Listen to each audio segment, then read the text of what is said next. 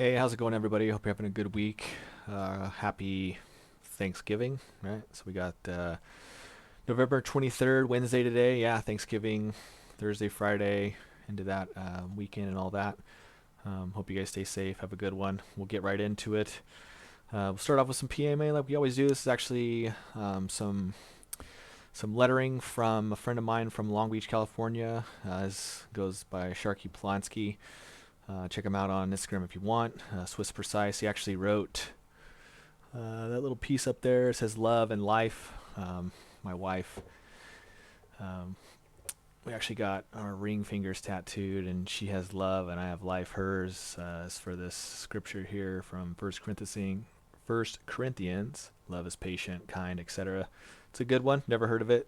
Definitely some good words there. And then mine's from Deuteronomy. It says, I set before you life and death, therefore choose life so that you and your family can have life and more abundantly enjoy life. So yeah, those are just a couple little PMA tidbits right out of the gate. I really like these words here, though. If you ever get the chance to treat them how they treated you, I hope you choose to walk away, right? It's hard to take the higher path, but lead by example. Wise words from SP. Shout out, buddy. Yeah, so little bonus additional PMA here. This is actually talking about, so I think in a couple videos ago, we talked about vibration frequency and how that actually affects our mindset. So if we change our rate of vibration and things like that. It's actually a pretty cool document released by the CIA. It's the Gateway Process. Anyway, I'll put this link in the show notes, all the details in here, but again, consciousness, energy grid, all that fun stuff. Pretty out there, but once again, CIA has been up to it for quite a while. In this video here, they mention this guy, Dennis Gabor. He won the Nobel Prize in Physics, 1971. So a lot of this stuff's been going on for a while and just now coming to light, which is quite interesting. But seems the more and more they keep pulling at that string of yarn, right? It just keeps unwinding and winding. So yeah, a lot of good information out there, and there's probably equally, if not more, not so great information. But if you're bored over the weekend, pretty powerful stuff. And if you've never been exposed to any of this, just go slow. And there's a quote from Terrence McKenna. It's like, I entertain ideas, don't necessarily give belief over. So some of that might be wild, esoteric. Just entertain the idea. Kick the tires a little bit. Don't necessarily give belief over. Don't let it shadow your world, all that fun stuff. But like I said, I'll drop those in the show notes, and that's our PMA intro for this sessions with Sharky. Coming in here in November, a couple more weeks. We're going to be in December, end of the year, all that fun stuff. One topic I'll mention is tax loss harvesting. Didn't really know anything about this until I started going through the education program, and actually was in a situation where I actually had capital gains, and end of the year was like, maybe I can reduce my capital gains tax. So obviously not financial advice, etc., disclaimer. Check with your CPA and your accountant, all that fun stuff. But this topic is good to know, especially in the general public. Maybe they don't know a whole heck of a lot about it. So again, I'll drop this in the show notes as well. And again, shout out to Investopedia for that. Just to kind of follow up with the end of the year information, we do a thing here at TRI, January Barometer. Just kind of mention that topic. If you've never heard about it, check it out on Investopedia or Google it. But Larry Williams has this decennial pattern with the whole midterms coming in. I think I mentioned this in one of the other videos. I'll put this in the show notes as well. Gloss over this, but this decennial pattern roadmap. Originally, Brian Beamish had mentioned a YouTube video from Larry Williams where he goes into it and had some quite a bit of history, as you can see there, 1952, 1962, 72, 82, 92, etc., all the way, to 2012. And, a lot of the times, past performance does not guarantee future, results, all that fun stuff. But, we can take patterns and things like that and get an idea of potentially, from a probability standpoint, could it happen again? Kind of feels like it is. With the FTX fiasco and all that the other day, or a couple weeks ago now, and all that, it almost feels like that was just a a flushing of the non-diamond hands that they say in crypto. So I'll kind of show something I'm looking at. So we have this kind of bigger picture macro. Some of these long-term market participants just giving their opinions in the market. They have quite a bit of experience. There's a lot of data to kind of back it, just to get a feel of for what could happen.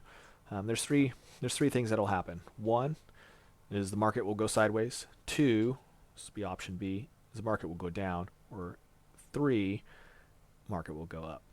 So we have a 33% chance of you know calling the correct option. So again, trade your plan. Hopefully you have a trade plan. Follow it. Mind your risk management, all that fun stuff. This is just some context to what we're looking at here. So for me personally, what's the fundamental driver, right?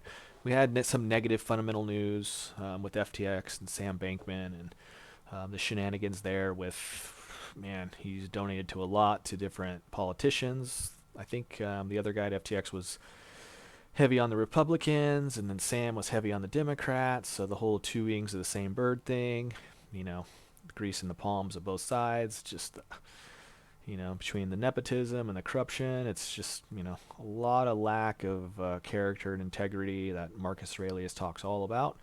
But yeah, so that almost feels like maybe again a flushing of the last of the non-committed, the non-diamond hands, forcing that fear, capitulation, things like that. So from my perspective, we have fundamental driver for at least Litecoin. Bitcoin's going to be behind that, but this could be the the leader of the space. We need a leader, right? We need some leadership, and this is definitely a fundamental driver.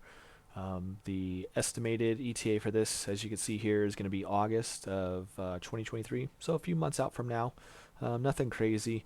So at the rational investor, the reason he calls him, originally he was the Canadian rational investor before he branched out to not just North America but internationally, maybe universally now as well. Throughout the solar system he's known. But anyway, so rational analysis, as he calls it, is a combination of fundamental and technical analysis. Merge the two, and then you got rational analysis, right? And just to help to increase the statistics and probability, increase that edge. So this is a fundamental driver. So now let's look from a technical side. What's the chart? And I think I mentioned this the other day as well. We'll just kind of recap that. So from my perspective, anytime we have, Wyckoff check levels of old historic pivots, significant levels, again, weekly chart here. This is back from 2017.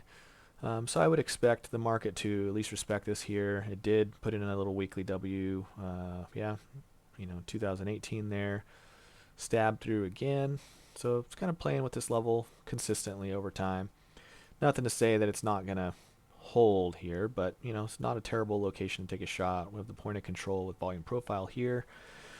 At the bottom of value here at let's say $25, this would be, in my opinion, an absolute, discount, some serious Macklemore thrift shop prices. But from a technical analysis standpoint, we definitely have location. We have multiple reasons from a location standpoint, in my opinion. Again, previous support and resistance looking left. We have OBV, which is on balance volume, as well as the accumulation distribution, which is calculated a little differently. But I like to complement those two, layer them on. More often than not, accumulation and distribution is not going to track with OBV like this. So when I see a chart where accumulation and distribution as a volume indicator is pretty much in lockstep with OBV, it's not completely in the gutter. Normally it's down here. It's completely divergent where OBV is climbing and accumulation distribution's down. In this case, this is a very strong. It's gives me more conviction from an accumulation standpoint. So we have location, secondary from a volume standpoint. I like to look at that. And then, we have price momentum, confirmed MACD divergences, modified Williams percentage R. And then Brian Beamish's the Delacorp index here, super secret tools, blah, blah, blah. So we have more than a couple reasons there. And I'll go ahead and zoom in here. So what's kind of hilarious is we have Mr. Sam Bankman Freed, and I don't even know how people haven't rounded him up. I think he's on the loose and or on the run, not on the loose in the Bahamas, and allegedly he's working with the Bohemian authorities down there, and they are the hackers, which is it's just gonna be it's gonna be a Netflix special, in the not too distant future, I'm sure. So we have what I was already looking for is weekly W, drawing a little reload zone off of the low about the summer of this year to this high here. This is going to be the FTX debacle. But as you know, I had this little Wyckoff check level here at $50 and change, and all that did was panic, panic, panic, stabbed right into it, and right, pretty much straight up from there. Pretty steep. So from my perspective, what I'd be looking for is if we do get pullbacks, if this is a bull in earnest, these levels here would be of interest to me. So what's that? $64. Definitely wouldn't chase this. Wouldn't recommend chasing ever, actually, but you know how that goes. A lot of people don't like to be patient and disciplined, but it is what it is. So yeah, this tail down in here, 55, definitely an area of interest. Let me clear this up. And yeah, so if I had not already been kind of accumulating down here, or if I still wanted to add to my position, let me throw on good old 0.618 level for everybody just to kind of get an idea of where that's at. Yeah, so $56 is what that's looking like there for me. So yeah, so there's a quick little walkthrough, some personal development, PMA kind of lead in, tax loss harvesting into the end of the year, some DCNAL review with Larry Williams, and a combination of fundamental and technical analysis, and we'll kind of leave it with Litecoin. Won't go too much into Bitcoin. I'll give you a quick little look just to say that we did it. Yeah, not a lot's changed from my perspective, just still kind of letting the dust settle. Still think we need to work down here. Don't really have any market structure here to go off. One hell of a sell candle though, right through all that FTX stuff, and most likely there's probably going to be some more fallout from that. Just need to take it easy, no rush, don't be a hero. Let me go ahead and I should have already had that up, but apologies for the delay there. I'll show you some levels because for the shorter term participants, these are always good. This is what I personally use. So yeah, again, not a whole heck of a lot's changed from a support and resistance, i.e. supply and demand. Definitely made lower though there. I'm still think we need to work our way down in here. Still even drop a little heart down here just to kind of reaffirm my conviction for this level here at again, lucky number 13. And that's my thought on Bitcoin. I will give you one other thing I saw. With all the DeFi fun from the other summer, I still think that the DeFi 1.0, those names definitely worth keeping an eye on. And again, we have OBV and accumulation and distribution. One hell of a MACD divergence. Again, no reason to chase. Probably work bids. Williams percentage R looking like it's going to want to pull back in here and really test, this point D, this bullish harmonic here. But yeah, there's another little altcoin name if you're not already following it. And from a level standpoint, bottom of value is $2 $2.50. That's 267 there. So I'd say 250 to 275 would be one hell of a bargain there on Uniswap. So yeah, everybody, I hope you have a good Thanksgiving weekend. Have fun, spend time with your family, give them a hug, give them a kiss for me, and all the best, you guys. Peace.